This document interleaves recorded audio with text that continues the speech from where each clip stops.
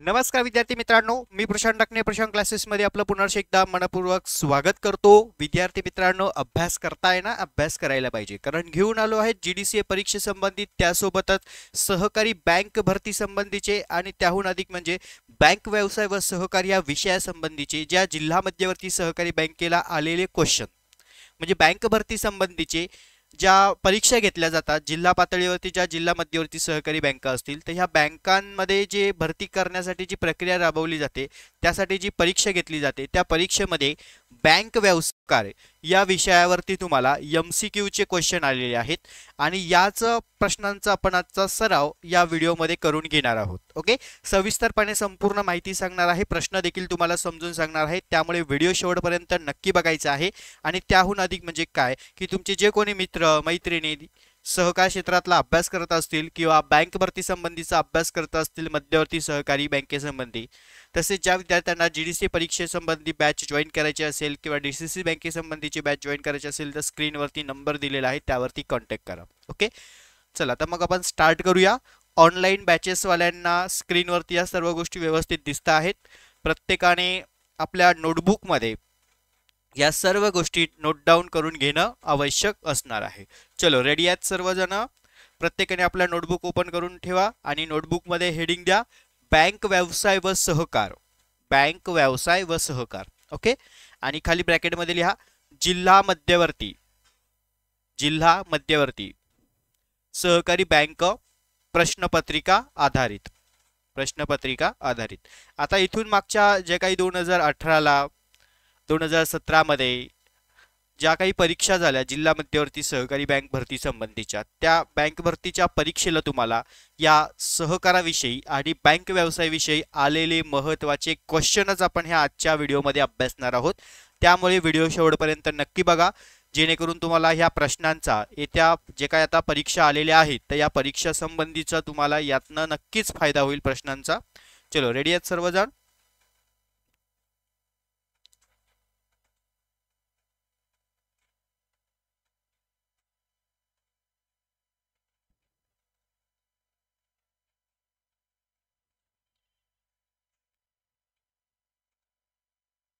प्रत्येक सगळे क्वेश्चन तुम्हाला व्यवस्थितरित्या समजून सांगतो, व्यवस्थित संकल्पना त्या ठिकाणी अभ्यासून आपल्या नोटबुकमध्ये क्वेश्चन नोट डाऊन करून घ्यायचे आहेत.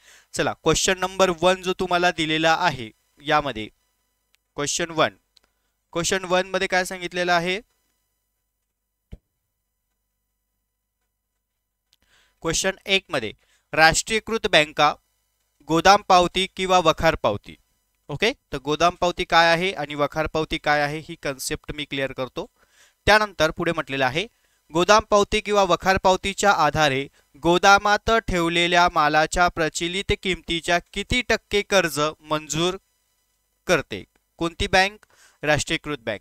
आधी आपल्याला प्रश्न व्यवस्थित वाचता आला पाहिजे आणि समजून घेता आला पाहिजे. ओके, पहिल्या प्रश्नामध्ये असं म्हटलेलं आहे की ज्या राष्ट्रीय आहे, तर या राष्ट्रीयकृत बँका जे गोदामामध्ये शेतकरी वर्ग किंवा व्यापारी वर्ग आपल्या मालाला भविष्यामध्ये चांगली किंमत मिळावी या हेतूने साठवणूक करून ठेवतात आणि याच मालावरती त्या ठिकाणी राष्ट्रीयकृत बँका असतील, सहकारी बँका असतील, हे सुद्धा काय करतात, त्या ठिकाणी त्या शेतकरी वर्गाला किंवा व्यापारी वर्गाला त्या ठिकाणी कर्ज देत असतात. मग कर्जासाठी आवश्यक असणारा पुरावा म्हणजे काय असणार आहे? तर गोदाम पावती किंवा त्यालाच आपण वखार पावती असंही म्हणतो. मग गोदाम पावती आणि वखार पावती ही संकल्पना काय असणार आहे? तर वखारीमध्ये ठेवलेल्या मालाचा पुरावा जो वखार चालक शेतकरी वर्गाला, म्हणजे जो कोणी शेतकरी वखारीत माल ठेवणार आहे त्याला, किंवा जो कोणी व्यापारी वर्ग वखारीत माल ठेवणार आहे त्याला वखार पावती किंवा गोदाम पावती देत असतो. आणि या वखार पावतीमध्ये, गोदाम पावतीमध्ये त्या ठिकाणी मालाचा जी काही आकार असेल, मालासंबंधीचं वेस्टर्न असेल, त्यासंबंधी मालाचा प्रकार कोणता आहे, तो किती रकमेमध्ये ठेवलेला आहे, त्याची एकूण संख्या किती आहे, या संपूर्ण घटकांची माहिती या वखार पावतीमध्ये दिलेली असते. आणि त्यासोबतच वखार चालकाचं नाव, पत्ता आणि सही शिक्का या ठिकाणी असतो. त्यामुळे बँकांमध्ये या वखार पावतीवरती किंवा गोदाम पावतीवरती संबंधित जे कोणी शेतकरी वर्ग किंवा व्यापारी वर्ग जे असणार आहे, तर त्यांना या ठिकाणी कर्ज हे दिलं जातं. ओके, मग ही पावती त्या ठिकाणी तारण म्हणून ठेवली जाते आणि त्यावरती कर्ज दिलं जातं. मग हे कर्ज जी राष्ट्रीयकृत बँका आहे तर ह्या राष्ट्रीयकृत बँका किती टक्केपर्यंत देते असा क्वेश्चन तुम्हाला काही जिल्हा मध्यवर्ती सहकारी बँकांच्या भरतीला विचारलेला होता. ओके, मग आता इथे आपल्याला एक कन्सेप्ट समजून घ्यायची आहे. याचं उत्तर आहे 75 ते 80%. किती? 75 ते 80%. Point clear? चला पुढे बघूया आपण आता पुढचा दुसरा क्वेश्चन. पहिल्याचं उत्तर क्लिअर झालं. आता दुसरा प्रश्न. 2009 पासून रिझर्व्ह बँकेने चलनात आणलेल्या 10 रुपयाच्या संबंधीचे जे नाण्याचं वजन आहे, आता प्रत्येकाकडे 10 रुपयाचा कॉइन आहे बरोबर, नाण्याचं वजन व व्यास किती आहे असाही प्रश्न तुम्हाला आलेला आहे. कारण बँक म्हटलं आणि सहकार म्हटलं तर तुम्हाला त्याच्या संबंधीचे परीक्षेला प्रश्न हे विचारले जात आहेत. त्यामुळे विद्यार्थी मित्रांनो थोडंसं या टॉपिककडे देखील तुम्ही लक्ष देणं गरजेचं आहे. हे जरी प्रश्न मागच्या काही भरतीला आले असले तरी आता पुढच्या भरतीला सुद्धा हे प्रश्न त्या ठिकाणी रिपीट होऊ शकतात. त्यामुळे आपल्याला एक एक क्वेश्चन या ठिकाणी महत्त्वाचा असतो. आणि काय करायचंय, फक्त आपल्याला अभ्यासच करायचा आहे, कन्सेप्ट वाचून घ्यायची आहे आणि समजून घ्यायचं आहे बरोबर की नाही. मग आता याचं उत्तर आहे 8 ग्रॅम. याचं उत्तर 8 gram 28 millimetre. Okay, 8 gram 28 millimetre. Okay, ब उत्तर आहे याचं. चला आता प्रश्न क्रमांक 3 दिलेला आहे आपल्याला यामध्ये. केवायसी. केवायसी म्हणजे काय तर नॉन युअर कस्टमर. याचा अर्थ काय होतो की आपल्या ग्राहक जाणून घेणं. बघा आता बऱ्याचशा बँकांमध्ये केवायसी केली जाते. हा जनरल क्वेश्चन आहे. हा तुम्हाला जीडीसीए बँक भरती किंवा इतर सहकारी क्षेत्रांमध्ये तुम्हाला हे प्रश्न फिक्स येणारे क्वेश्चन आहेत. त्याच्यामुळे आपण याआधी पण जे व्हिडिओ टाकलेले आहेत ते सुद्धा एकदा व्यवस्थित अभ्यासा. ओके, चला हे 3 क्वेश्चन व्यवस्थित क्लिअर झाले. पुढे बघूया आता. पुढील विधाने अभ्यासा. आता तुम्हाला विधान दिलेलं आहे. चौथा प्रश्न आहे हा. पुढील विधान दिलेलं आहे की किसान क्रेडिट कार्ड. बघा, किसान क्रेडिट कार्ड योजनेची सुरुवात.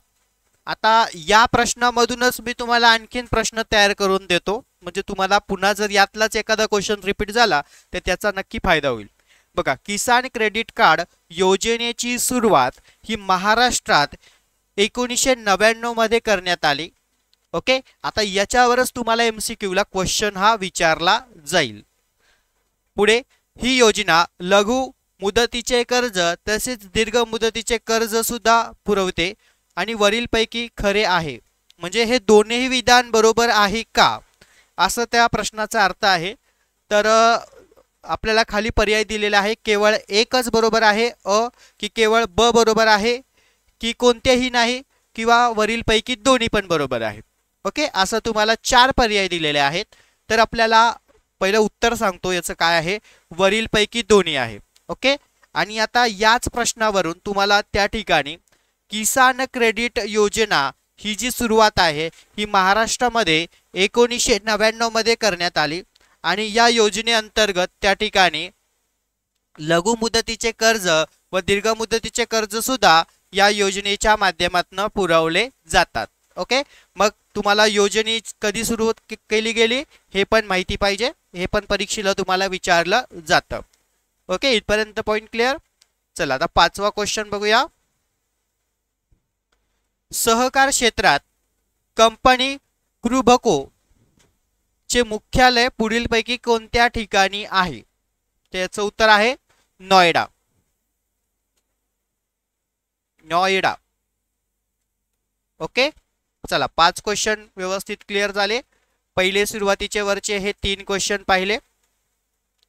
त्यानंतर पुढे हा 4था क्वेश्चन आणि आता हा 5वा क्वेश्चन. चला पुढे बघूया आपण आता 6वा क्वेश्चन. हे बघा इकडे 6, 7 नंतर 8 आणि इथे नंतर 9. प्रत्येक क्वेश्चन समजून घेऊया. राष्ट्रीय शिक्षण परिषदेची स्थापना कधी झाली?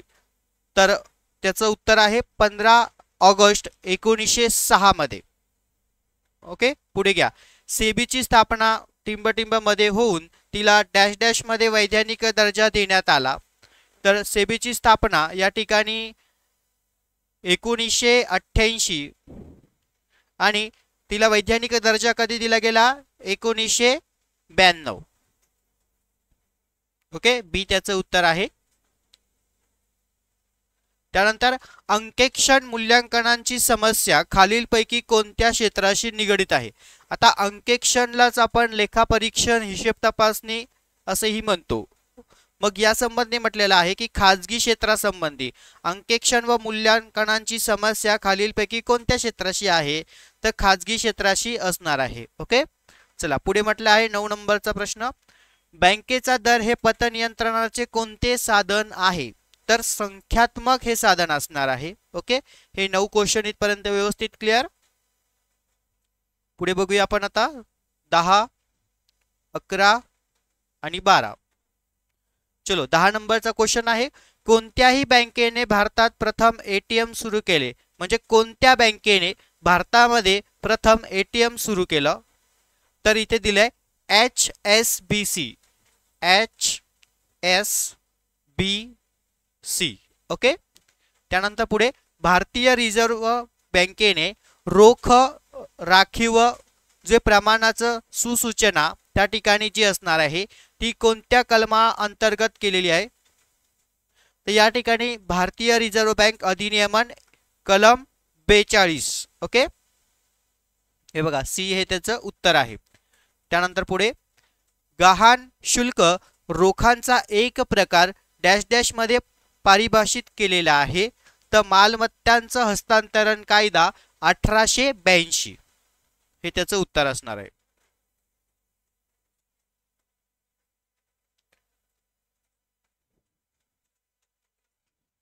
त्यानंतर पुढे घ्या 13, 14.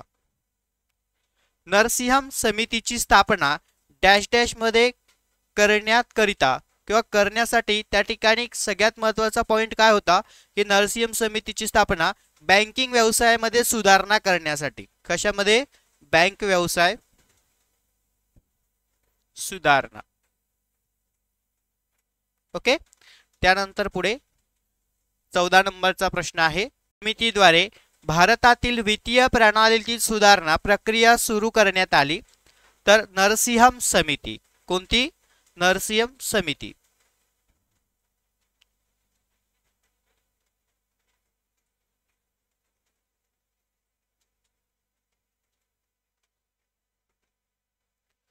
चलो पुढे घ्या. धनादेश व बिल गोळा करण्याच्या बाबतीत बँकेचा ग्राहकांशी संबंध असतो. तर एक बँक एजंट आणि ग्राहक विश्वस्त म्हणून. ओके, हे त्याचं उत्तर आहे. बँक कर्जदारांना वाहन खरेदीसाठी पुढील शुल्क आकारून आगाऊ रक्कम देतात. नजर गहाण. ओके, काय आहे त्याचं उत्तर?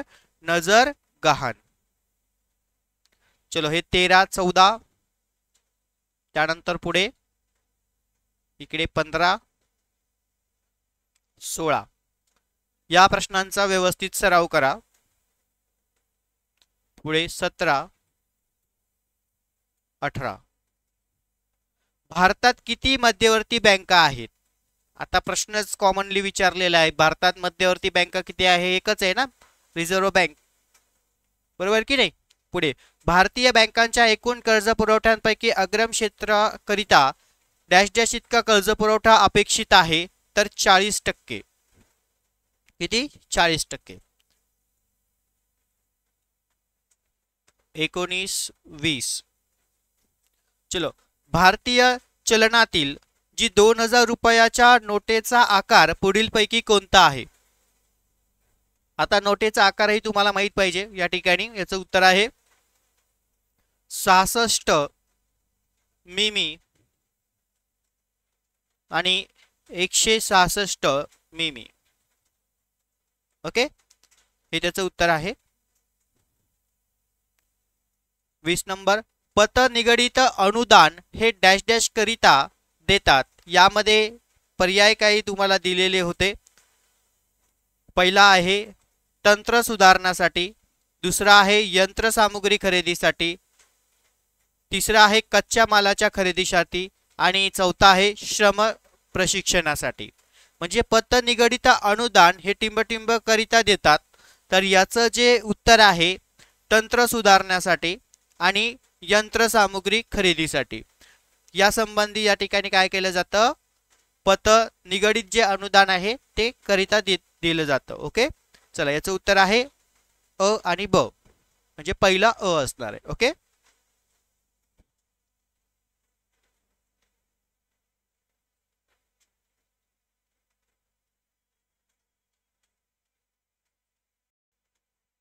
चलो आता 21 नंबरचा क्वेश्चन बघूया. सहकारी चळवळीचे खालीलपैकी कोणते अनुकूल परिणाम दिसून आले. आता सहकार चळवळ ही कुठे कुठे झाली, जागतिक पातळीवरती, भारताच्या पातळीवरती आणि महाराष्ट्रामध्ये पण झाली.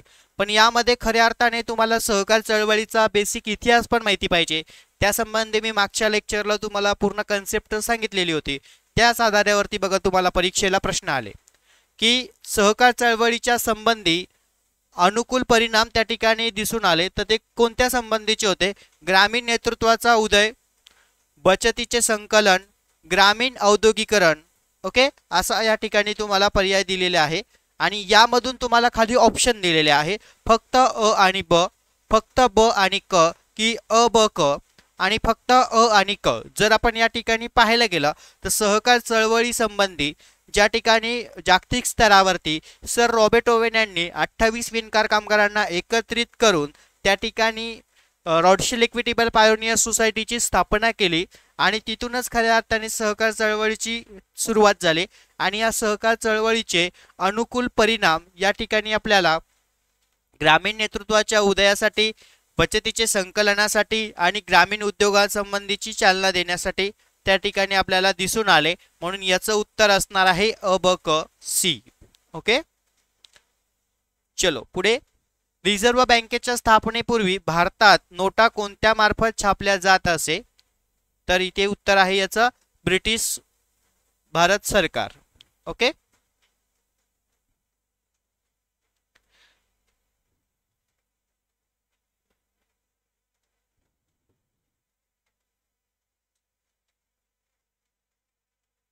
जेव्हा सादरकर्त्याचे शीर्षक सदोष आहे असा विश्वास ठेवण्याचे कारण बँकेकडील असलेला धनादेश डॅश डॅश जाईल. काय होईल, तो नाकारला जाईल. ओके, याचं उत्तर आहे 23 नंबरचं. 24 नंबर डॅश डॅश हे डॅश डॅश म्हणजे चलनक्षम दस्तऐवज मागे एखाद्याच्या नावावर स्वाक्षरी करणे. तर याचं उत्तर आहे पुष्टांकन करणे. ओके, 24 नंबरचं उत्तर पुष्टांकन करणे.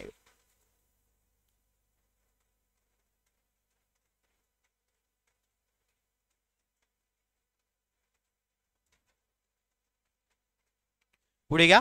पुढीलपैकी बँक व्यवसायाद्वारे बँकेद्वारे त्यांच्या वित्तीय व्यवसाय विस्तार व्हावा म्हणून वित्तीय सेवा देऊ केल्या जातात. तर खाली पर्याय दिलाय सामाजिक, वैश्विक, त्यानंतर घाऊक आणि किरकोळ. तर याचं उत्तर आहे घाऊक बँकिंग. ओके, पुढे प्रदायी बँकेला बघा, जे विद्यार्थ्यांनी जीडीसीचा अभ्यास केला असेल तर प्रदायी बँक पण आलेली आहे इथे बघा. प्रदायी बँकेला भौतिकरित्या बदललेल्या धनादेशासाठी संरक्षण मिळू शकते. तर याचं उत्तर आहे या ठिकाणी बदल घडत नाही आणि तो योग्य वेळेत पेमेंट करतो. हे त्याचं ए आणि बी असणार आहे. म्हणून या ठिकाणी डी हा त्याचा पर्याय आहे. ओके, डी हे त्याचं उत्तर आहे. अ आणि ब दोन्ही पण.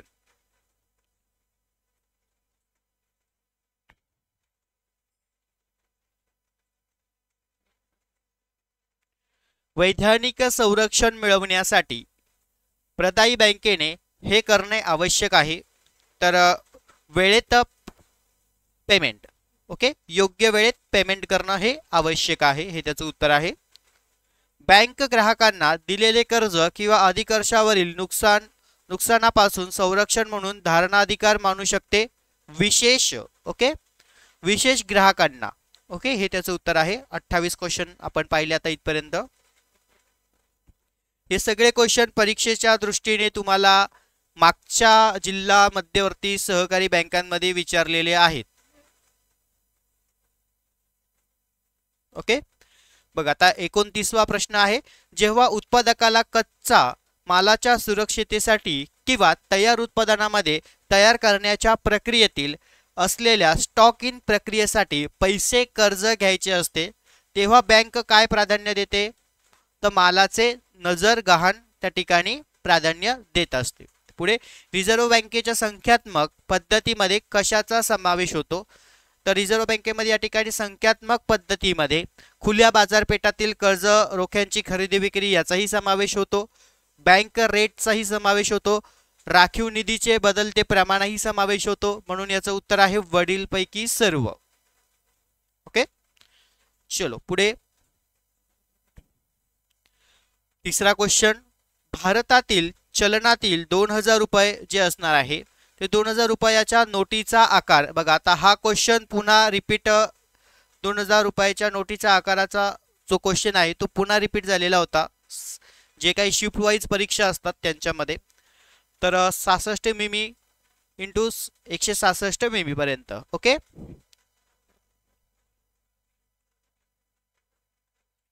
त्यानंतर पुढे क्वेश्चन आपण आता इथपर्यंत पाहिले 32 आणि 33. सहकारी क्षेत्रासंबंधी प्रश्न आहे. सहकार चळवळीचे खालीलपैकी कोणते अनुकूल परिणाम दिसून आले? आता आपण हा प्रश्न पण रिपीट आहे, याचं उत्तर आपण मगाशी वरती पाहिलं. ग्रामीण नेतृत्व, बचतीचे संकलन आणि ग्रामीण औद्योगिकरण. ओके, तर अ ब क हे त्याचं उत्तर असणार आहे. त्यानंतर पुढे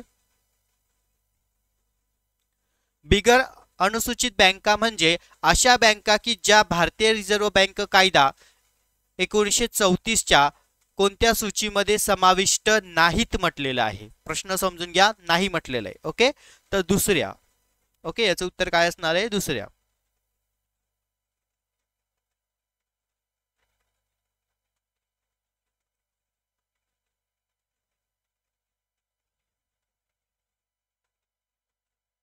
चलो पुढे बघूया आपण आता 34 आणि 35. आता काही क्वेश्चन रिपीट आहे, मिनिमम 50-60 पर्यंत क्वेश्चन्स तुम्हाला आहेत यामध्ये. नागरिक सहकारी बँकांना बँकिंग नियमन कायदा 1949 केव्हा लागू करण्यात आला? तर 1966. 1997 मध्ये पुढीलपैकी कोणत्या अध्यक्षतेखाली बँकिंग क्षेत्र सुधारणा समिती नावाने एक समिती स्थापन करण्यात आली? तर एम नरसिंहन ही समिती त्या ठिकाणी स्थापन करण्यात आली.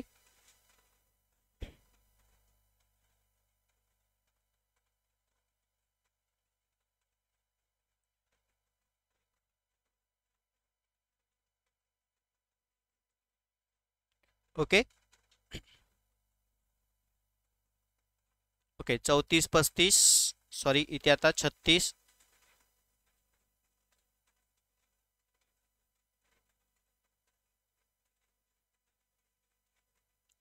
36 आणि 37.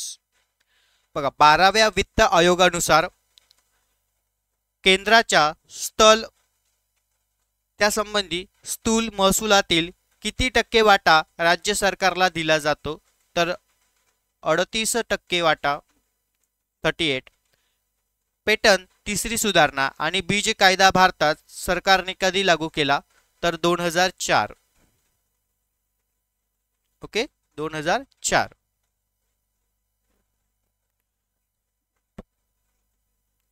त्यानंतर पुढे घ्या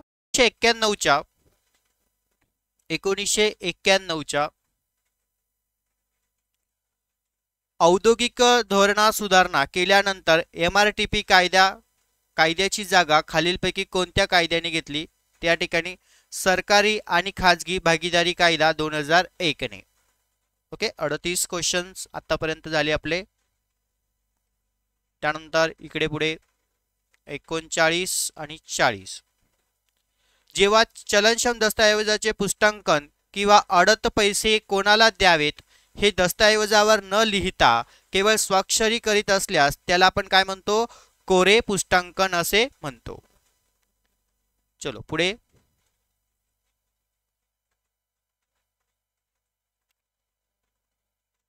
भारतात पहिली मोबाईल ओलिओ बँक 2016 मध्ये डिजिटल बँक ही कोणत्या बँकेने सुरू केली? तर डी एस बी बँकेने सुरू केली. ओके. त्यानंतर पुढे घ्या 41-42 डॅश डॅश या समितीद्वारे भारतातील वित्तीय प्रणाली सुधारणा प्रक्रिया सुरू करण्यात आली. तर नरसीएम समिती हे त्याचं उत्तर आहे. धनादेश आणि बिल जमा करण्याचे कर्तव्य बँक घेतात कारण त्यामध्ये त्यांना त्या सेवा म्हणून कार्य करणं आवश्यक असतं.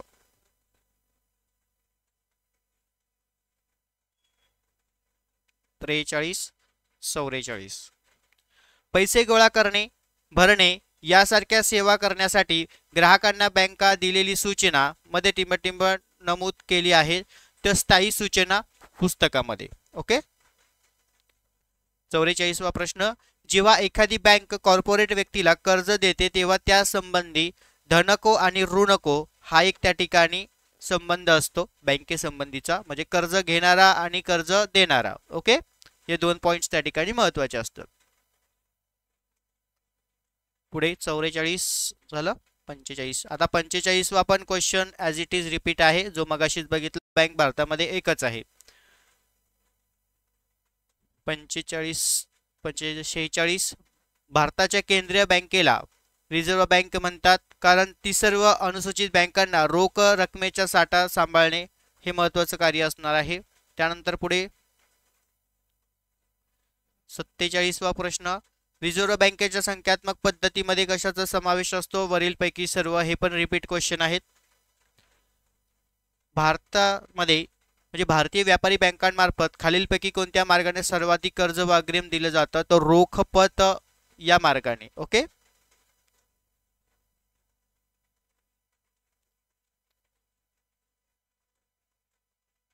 (2005 आणि 2006 पासून सुरू करण्यात आलेले प्रादेशिक ग्रामीण बँकांचे विलिनीकरण कोणत्या समितीच्या शिफारशीनुसार त्या ठिकाणी केले गेले होते? तर SV सरदेसाई कार्यगट. ओके. हे त्याचं उत्तर आहे.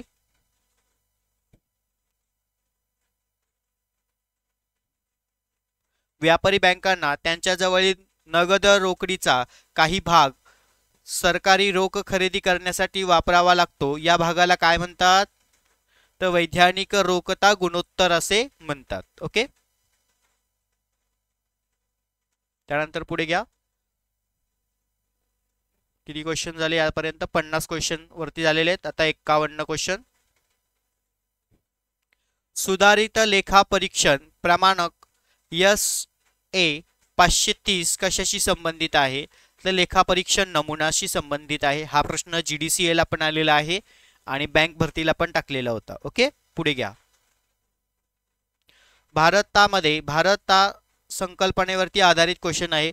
भारत जागतिक व्यापारी संघटनेचा सभासद कोणत्या वर्षी झाला? तर 1995. 53 नंबरचा क्वेश्चन, कोणत्या संस्था जागतिक बँकेची अल्पव्याजी कर्ज खिडकी म्हणून ओळखली जाते? अल्पव्याजी कर्ज खिडकी म्हणून जागतिक बँकेची त्या ठिकाणी कोणती संस्था ओळखली जाते? तर IDA. ओके. हे त्याचं उत्तर आहे.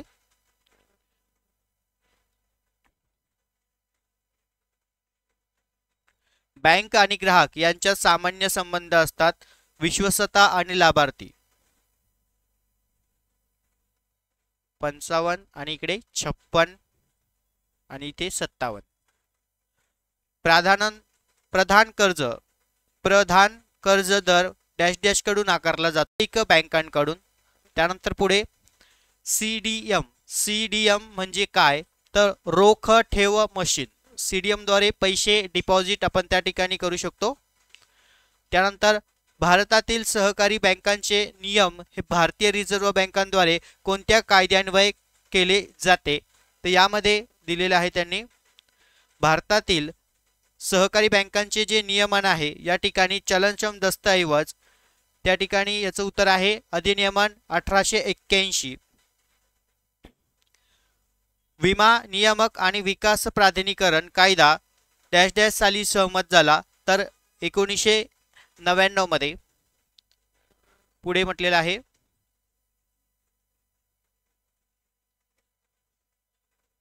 58 आणि 59. नरसिंह समितीची स्थापना डॅश डॅश करण्यासाठी करण्यात आली होती, तर बँक व्यवसाय सुधारण्यासाठी.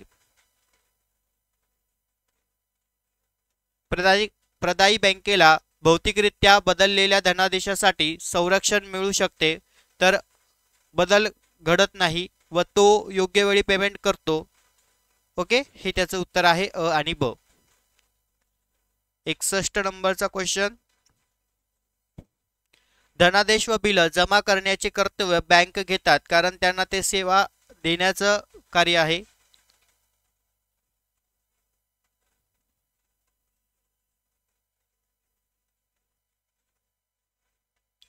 रिझर्व्ह बँकेचे मौद्रिक जे कार्य असणार आहे हे पैसा आणि पताशी संबंधित आहे.